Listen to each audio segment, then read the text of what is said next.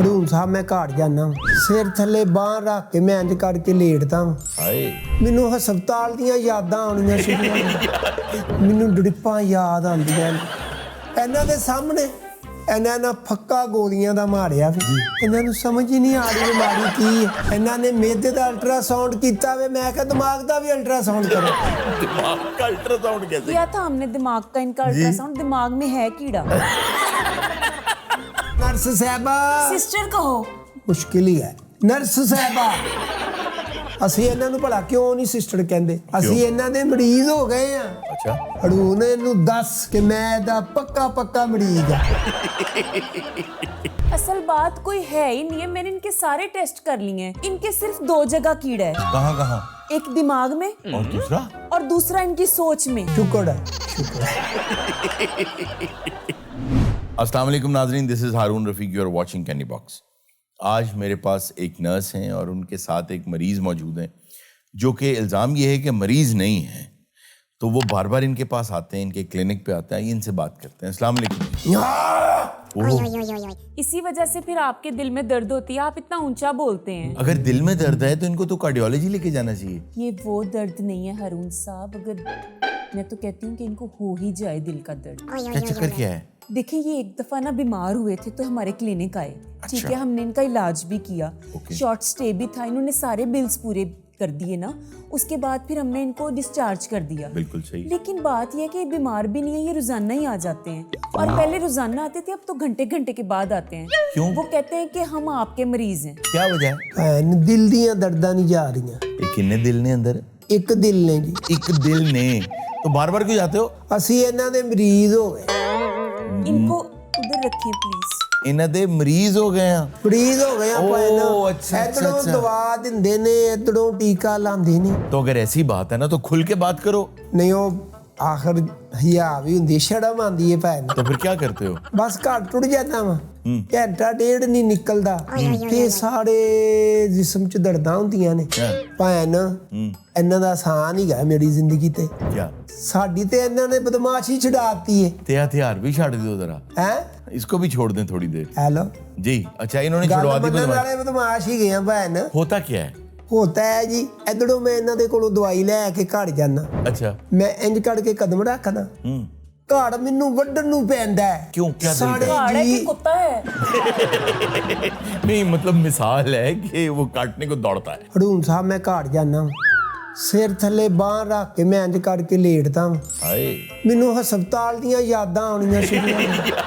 तुम्हें घर लेट के हॉस्पिटल याद आता ਮੈਨੂੰ ਡ੍ਰਿਪਾਂ ਯਾਦ ਆਉਂਦੀਆਂ ਮੈਨੂੰ ਬ੍ਰੈਨੂਲਾ ਯਾਦ ਆਉਂਦਾ ਹੈ ਜਿੱਥੇ ਇਹਨਾਂ ਨੇ ਬ੍ਰੈਨੂਲਾ ਲਾਇਆ ਸੀ ਮੈਂ 100 ਵਾਰੀ ਚੁੰਮਣਾ वो तेरा यार ये किस किस्म का ਇਹਨਾਂ ਦੇ ਸਾਹਮਣੇ ਇਹਨਾਂ ਨੇ ਫੱਕਾ ਗੋਲੀਆਂ ਦਾ ਮਾਰਿਆ ਵੀ ਇਹਨਾਂ ਨੂੰ ਸਮਝ ਹੀ ਨਹੀਂ ਆ ਰਹੀ ਬਿਮਾਰੀ ਕੀ ਹੈ ਇਹ ਸੱਜੀ ਬਾਂਹ ਤੇ ਟੀਕਾ ਲਾਉਂਦੇ ਨੇ ਮੈਂ ਖੱਬੀ ਵੀ ਅੱਗੇ ਕਰ ਦਿੰਦਾ ਇਹਨਾਂ ਨੇ ਮਿਹਦੇ ਦਾ ਅਲਟਰਾਸਾਊਂਡ ਕੀਤਾ ਵੇ ਮੈਂ ਕਿਹਾ ਦਿਮਾਗ ਦਾ ਵੀ ਅਲਟਰਾਸਾਊਂਡ ਕਰੋ दिमाग का अल्ट्रासाउंड कैसे किया था हमने दिमाग का इनका अल्ट्रासाउंड दिमाग में है कीड़ा ਦਿਲ ਨਹੀਂ ਲੱਗਦਾ ਘਾੜ ਦਿਲ ਕਹਿੰਦਾ ਮਨਾ ਭੱਜ ਹਸਪਤਾਲ ਨੂੰ ਚੱਲ यार ਟੁੱਟ ਜਾ और मेरी बात सुनो लोग हॉस्पिटल में होते हैं तो घर जाने का दिल करता है तुम्हारा घर में होते हुए हॉस्पिटल जाने को दिल करता है ਭੈਣ ਜਦੋਂ ਘਾੜ ਮੈਨੂੰ ਹਸਪਤਾਲ ਵਾਲਾ ਮਾਹੌਲ ਨਹੀਂ ਮਿਲਣਾ ਉਹ ਵਾਰਡ ਬੁਆਏ ਕਹਿੰਦਾ ਅੰਦਰ 2 ਜੀ ਬੈਠੇ ਹੀ ਗਏ ਨੇ ਚਲੋ ਬਾਹਰ ਯਾਰ ਇਹ ਉਹਨਾਂ ਕਿਆ ਦੀਆਂ ਚੀਜ਼ ਹੈ? ਗੱਲਾਂ ਉਹ ਡਾਕਟਰ ਆਂਦਾ ਉਹ ਦੇਖਦਾ ਵੀ ਰਾਉਂਡ ਕਰਦੇ ਨੇ ਉਹ ਚੀਜ਼ਾਂ ਰਾਉਂਡ ਹੁਣ ਘਾੜ ਕੌਣ ਮੇਰਾ ਰਾਉਂਡ ਕਰੇ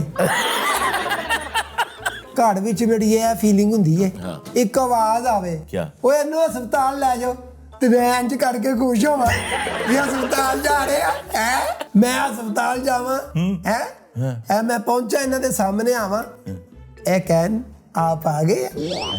ਤੇ ਨਾਲ ਹੀ ਮੇਰੀਆਂ ਮਰਜ਼ਾਂ ਦੂਰ ਇੰਜ ਕਰਕੇ ਮੈਂ ਸੈੱਟ ਹੋ ਜਾਵਾਂ यार तो जो असल बात है ना वो कभी बताने की कोशिश तो करो असल बात कोई है ही नहीं है मैंने इनके सारे टेस्ट कर लिए हैं इन लोगों के तो पेट में कीड़े होते हैं इनके पेट में भी कीड़ा नहीं है इनके सिर्फ 2 जगह कीड़ा है कहाँ कहाँ एक दिमाग में और दूसरा और दूसरा इनकी सोच में ਸ਼ੁਕਰ ਹੈ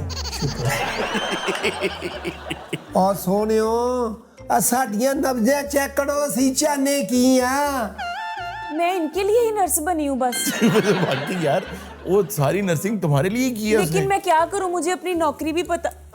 दिखाएं, सांस लें, लंबा सांस लें, लंबे सांस लें, मुंह बंद करके सांस लें या मुंह के आगे हाथ रख के सांस लें। मुंह बंद करके तो साह आना ही नहीं हैगा। ए लो चले अब आखिरी सांस लें। अरुण साहब आप चाय पिला देंगे? क्यों? आपको पता है कि हमारी जिस तरह की नौकरी है, सर में दर्द शुरू हो जाता है। चाय तो यहाँ रेडी पड़ी है, लेकर आए जी, चाय लेकर आए। Thank you so much. अच्छा आपका अरुण मसला? साहब मेरा मसला ये है, देखिए मैंने ना Thank you. मेरे घर वालों ने ना पैसे लगा के मुझे नर्स बनाया है। ठीक है। तो मुझे लगता है कि मैं तो सिर्फ इसके लिए नर्स बनी हूँ क्योंकि मैं दुकान का दरवाजा, और देखिए मेरा भी दिमाग दुकान वाला हो गया।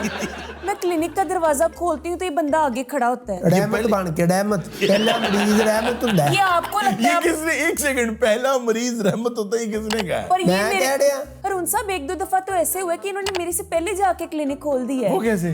पता नहीं चाबियां बनवा ली है इन्होंने। यार डबल चाबियां बनवा लिया नहीं। ਭਾਏ ਨੇ ਇਹਨਾਂ ਦਾ ਕੱਲਿਆਂ ਦਾ ਨਹੀਂ ਰਿਹਾ ਹੈਗਾ ਕਲੀਨਿਕ। फिर ਇਹ ਸਾਡੇ ਦੋਵਾਂ ਦਾ ਕਲੀਨਿਕ ਹੀ ਹੈ। ਇੱਥੇ ਉਹ ਦਿਨ ਆਣਾ ਇੱਥੇ ਛੋਟੇ ਛੋਟੇ ਮਰੀਜ਼। अल्लाह माफ करे, देखिए एक इंसान को चाहिए कि सेहत की दुआ मांगे। ये सही है तो फिर ये क्यों आए जा रहे हैं? मुझे तो ਸਹੀ समझ ਨਹੀਂ नहीं आ ਹੈਗੇ, रही। ਤਸ਼ਖੀਸ ਨਹੀਂ ਨਾ ਕੱਢ ਰਹੇ। यार वो है।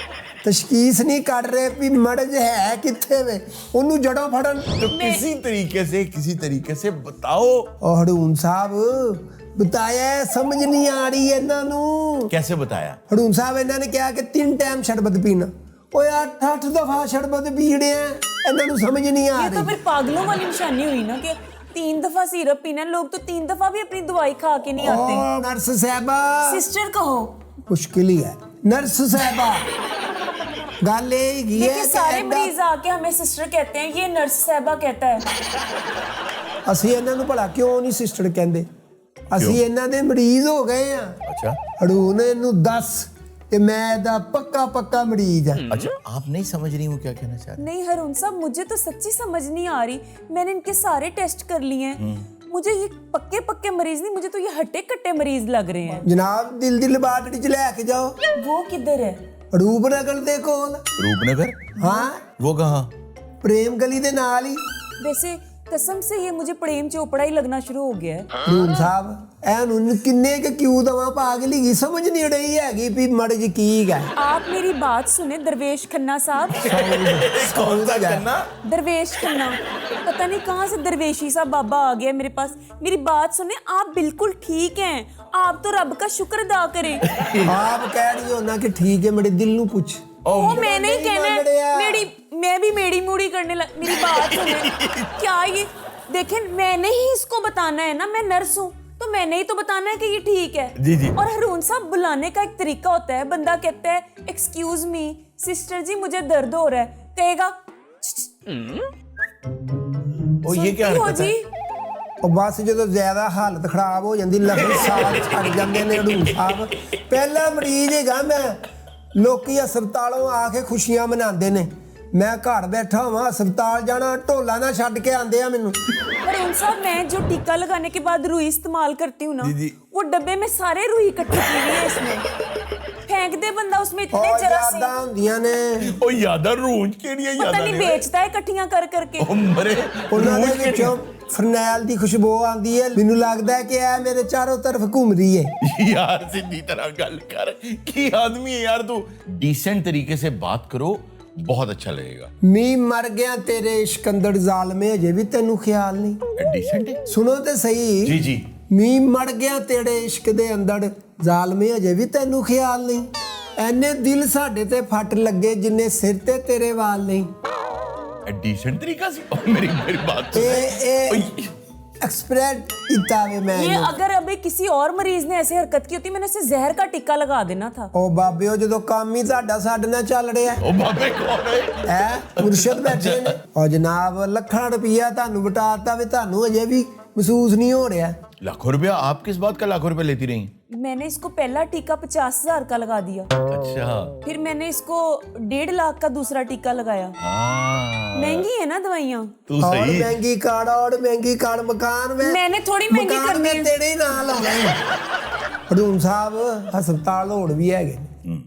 ਐ ਬਲੀਵ ਮੀ ਮੈਂ ਅੱਖ ਚੁੱਕ ਕੇ ਨਹੀਂ ਦੇਖਦਾ ਉਹਨਾਂ ਵੱਲ ਨਰਸਾਂ ਤੁੜੀਆਂ ਫਿਰਦੀਆਂ ਨੇ जलील यू आपने क्या कहा जलील यू ਨਹੀਂ ਜੀ ਬਲੀਵ ਮੀ ਆਖਿਆ ਜੀ अच्छा मैंने कहा जलील मी लगा मुझे सॉरी जी बिलीव मी क्या ਨਰਸਾਂ ਫਿਰਦੀਆਂ ਨੇ ਪੜਾ ਦਾ ਸਿਰ ਅੱਖਾਂ ਹਿਆ ਨਾ ਥੱਲੇ ਜਿੰਨੀ ਮਰਜ਼ੀ ਤਕਲੀਫ ਹੁੰਦੀ ਹੋਵੇ ਨਰਸ ਕਵੇ ਵੀ ਤੁਹਾਨੂੰ ਕੀ ਮਰਜ਼ ਹੈ ਮੈਂ ਕਹਿੰਦਾ ਨਹੀਂ ਤੁਹਾਡਾ ਮਰੀਜ਼ ਹੀ ਨਹੀਂ ਹੈਗਾ ਮੈਂ ਇਹਨਾਂ ਦਾ ਪੱਕਾ ਮਰੀਜ਼ ਹੋ ਗਿਆ ਬਸ ਗੱਲ ਮੁੱਕ ਗਈ ਆ ਮੈਂ ਪਿਛਲੇ ਦਿਨਾਂ ਦੇ ਵਿੱਚ ਭੈਣ ਗਿਆ ਦੋਸਤਾਂ ਯਾਰਾਂ ਨਾਲ ਮੜੀ ਦੇ ਵਿੱਚ फिर ਐਕਸੀਡੈਂਟ ਹੋਇਆ ਫ੍ਰੈਕਚਰ ਹੋ ਗਿਆ ਦੋਸਤ ਕਹਿਣ ਹਸਪਤਾਲ ਸਾਹਮਣੇ ਮੈਂ ਕਹਿੰਦਾ ਮੈਨੂੰ ਲਾਹੌਰ ਲੈ ਕੇ ਜਾਓ ਸ਼ਬਨਮ ਕਲੀਨਿਕ तू मरियो चीका मारदा है कि मैं ਮੈਂ ਕਹਿੰਦਾ ਮੇਰੀਆਂ ਕੁਰਲਾਟਾਂ ਪੈ ਰਹੀਆਂ ਨੇ ਰਾਹ ਚ ਇੰਨੇ ਟੂਲ ਪਲਾਜ਼ਿਆਂ ਦੇ ਲਾਗੇ ਵੀ ਆਏ ਨੇ ਹਸਪਤਾਲ ਇੱਕ ਦਫਾ ਤੇ ਇੰਜ ਹੋਇਆ ਰਸਤੇ 'ਚ ਕਿ ਮੈਂ ਬੇਹੋਸ਼ ਹੋ ਗਿਆ ओ हो ਥੋੜੀ ਦੇਰ ਬਾਅਦ ਮੇਰੀ ਅੱਖ ਖੁੱਲੀ ਏ ਦੋਸਤ ਮੈਨੂੰ ਟੀਕਾ ਲਾਉਣ ਲੱਗੇ ਮੈਂ ਇੰਜ ਕਰਕੇ ਹੱਥ ਫੜ ਲਿਆ ਕਿਉਂ? ਮੈਂ ਕਿਹਾ ਨਾ ਮਹਿਰਮ ਟੀਕਾ ਨਹੀਂ ਲਾ ਸਕਦੇ